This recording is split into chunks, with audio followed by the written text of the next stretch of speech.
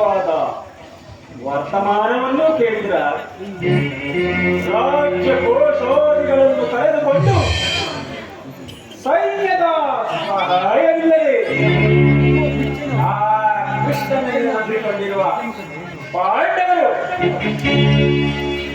ಆಚೆ ಇಲ್ಲದೆ ರಾಜ್ಯವನ್ನು ಕೇಳಿದರಂತೆ ಅರಣ್ಯದಲ್ಲಿ ಅನಾಗರಿಕರಂತೆ ವಾಸ ಮಾಡಿಕೊಂಡಿರುವ ಅಟ್ಟಾಸ ಆಟ ಎಷ್ಟರ ಮಟ್ಟಿಗೆ ಇದೆ ಎಂದು ನೋಡಿದ್ದೀರ.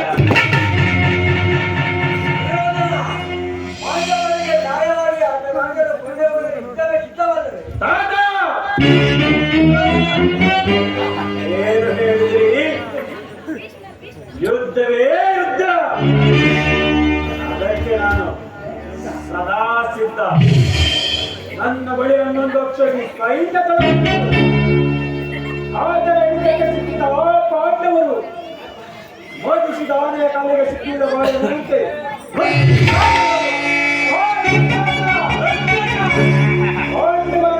ಗಮನಿಸಲು ಸರಿಯಾದ ಕ್ರಮ ದೇಶಗಳು ಗಂಡು ರುಂಡವನ್ನೇ ತುಂಡರ ತಬ್ಬಲ್ಲ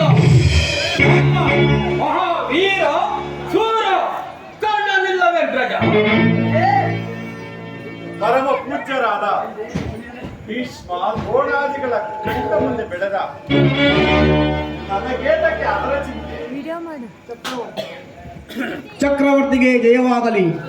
ಪುರುಷೋತ್ತಮನ ದಯ ಮಾಡಿಸುತ್ತಿರುವರು. ಪುರುಷೋತ್ತಮ ಪುರುಷೋತ್ತಮ ರಾಜಾದಿರಾಜನು ಪುರುಷ ಶ್ರೇಷ್ಠನೂ ಆದ ಜನದಂತಮಲ್ಲ ಗೌರವೇಶ್ವರ ಆಗೋ ಬಾಲಕನು ಪುರುಷೋತ್ತಮನು ಪಾಂಡವ ಮಿತ್ರರಾದ ಮೋಸಗಾರ ನೇರವಾಗಿ ನನ್ನ ಮನೆಗೆ ಬರದೆ ತನ್ನ ಹುಟ್ಟುಗುಣಕ್ಕನುಸಾರವಾಗಿ ಇದರ ಮನೆಗೆ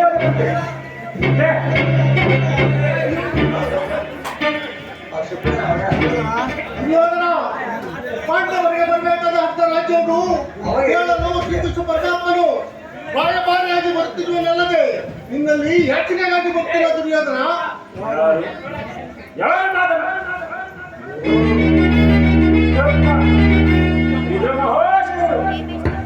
ಪಾಂಡವರಿಗೆ ಅರ್ಧ ರಾಜ್ಯವನ್ನು ಕೊಡಬೇಕು.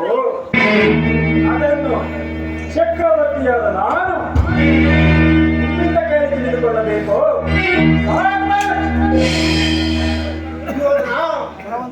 ಬಲವಂತರಾದ ನಿಧಿಗೆ ನ್ಯಾಯವೂ ಅಧೀನವೋ ಅಥವಾ ನ್ಯಾಯಕ್ಕೆ ಸರ್ವರು ಅಧೀನರೋ? ದುರ್ಯೋಧನ, ರೋಗಿಗೆ ಅಪತ್ಯವನ್ನು ರುಚಿಸಿದಂತೆ ಪದ್ಯವು ಎಂದಿಗೂ ರುಚಿಸುವುದಿಲ್ಲ ದುರ್ಯೋಧನ. ನಿನ್ನ ಮರಣ ಕಾಲವು ಸಮೀಪಿಸುತ್ತಿರುವುದರಿಂದ ನಿನಗೆ ನಿನ್ನ ಬುದ್ಧಿ ಈ ರೀತಿ ವಿಕಲ್ಪಗೊಳ್ಳುತ್ತಿರುವುದು ದುರ್ಯೋಧನ. ಸಕಲ ವೀರರಿಂದ ಪರಿವೃತ್ತನಾದ ಚಕ್ರವರ್ತಿಗೆ ಓರ್ವ ದಾಸಿ ಪುತ್ರನಾದ ನೀತಿ ವಚನ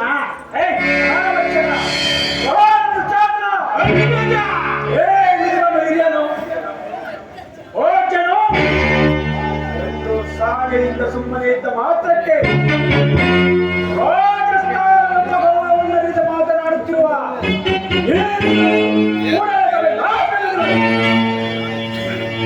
ಎಲ್ಲೋ ನಿದ್ರು ನಮ್ಮಣ್ಣನಿಗೆ ಎದುರು ಮಾತಾಡಷ್ಟು ಸತ್ತ ಈ ಸಭೆಯನ್ನು ಬಿಟ್ಟು ಮಾಡು, ಇಲ್ಲವಾದರೆ ಅನರ್ಥವಾಗುವುದು.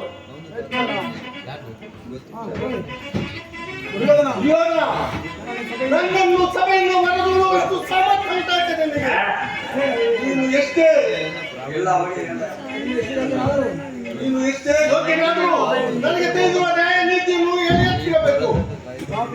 ಪಾಪಿ ಶ್ರೀಕೃಷ್ಣ ಪರಮಾತ್ಮನನ್ನು ಸರಿದಾಗ್ತುವ ನಿನ್ನ ನಾಲಿಗೆಯು ಸಾಧ್ಯವಾಗಬಾರದೆ.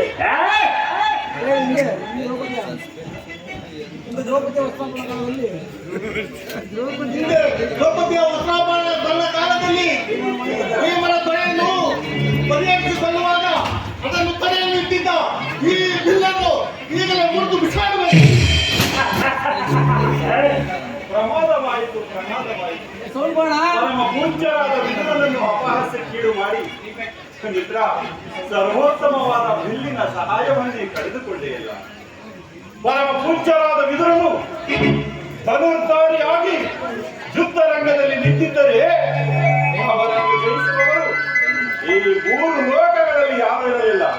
ಅದು ನಿನಗೆ ತಿಳಿಯದಂತ ಆಯ್ತಲ್ಲ ಮಿತ್ರ.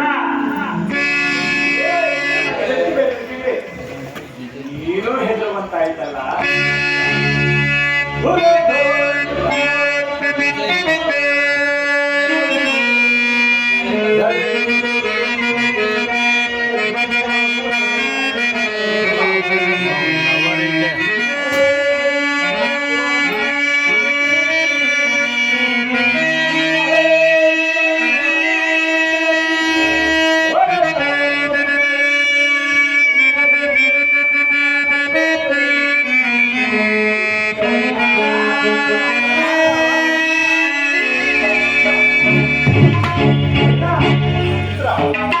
ಈ ವಿದುರನು ಎಂದು ತಾನೇ ಬಿಲ್ಲನ್ನು ಹಿಡಿದು ಯುದ್ಧ ಮಾಡಿದಾನು. ಆತನ ಬಿಲ್ಲಿನಿಂದ ನಮಗಾಗುವ ಪ್ರಯೋಜನವಾದರೇನು? ಹೋಗಲಿ ಬಿಡು. ಈಗ ಸಭಿಕರೆಲ್ಲರೂ ಕೇಳಿರಿ. ದೂತನಾಗಿ ಬರುತ್ತಿರುವ ಕೃಷ್ಣನಿಗೆ ಸಭೆಯಲ್ಲಿ ಯಾರಾದರೂ ಕುಳಿತು ಗೌರವಿಸಿದ್ದಾರೆ ಅವರನ್ನು ಕೂಡಲೇ ಸಭೆಯನ್ನು ಬಿಟ್ಟು